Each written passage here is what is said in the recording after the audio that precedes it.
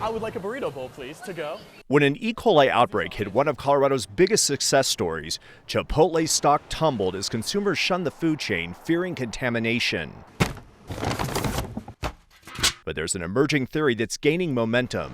Chipotle wasn't to blame. Someone targeted either them or their suppliers using bioterrorism. Is it possible that somebody could have gone in Chipotle with those pathogens and distributed it in a couple locations, and so that those key people who were those people that were in there for those few days could have gotten sick? In fact, that's the most likely explanation. Alan Lewis is a policy expert on natural foods. We asked him why someone would want to target one of the country's favorite restaurants. He says it may have to do with the recent position they took against genetically modified organisms, or GMOs, and the concern over their link to herbicides. Out of the blue, shortly after Chipotle takes a very principled stand and brings the GMO issue to a highlight, they suddenly have a food safety problem.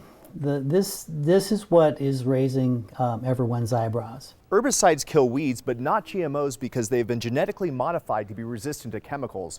You can imagine how much money that saves farmers because they don't have to hire manpower to weed the fields. The problem? They soak those fields in chemicals, and no one knows if they're dangerous. You've killed all the weeds, but that corn, which is tolerant of the herbicide, continues to grow.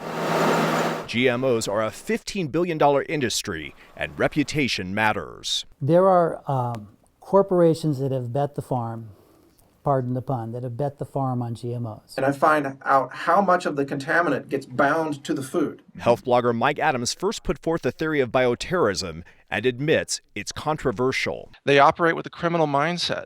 So it is consistent with their behavior that they would attempt corporate sabotage against their arch enemy, which is Chipotle, the leader of fast, clean food. Chipotle told us in a statement, quote, they've seen no evidence to support this, but the CDC is stumped. In their final report on the outbreak, they make this finding saying, quote, the investigation did not identify a specific food or ingredient linked to illness.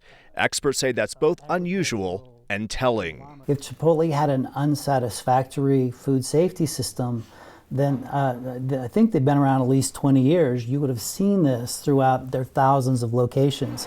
A criminal investigation is now underway. When asked whether the focus was internal or external, Chipotle declined to comment. Justin Joseph, Fox 31, Denver.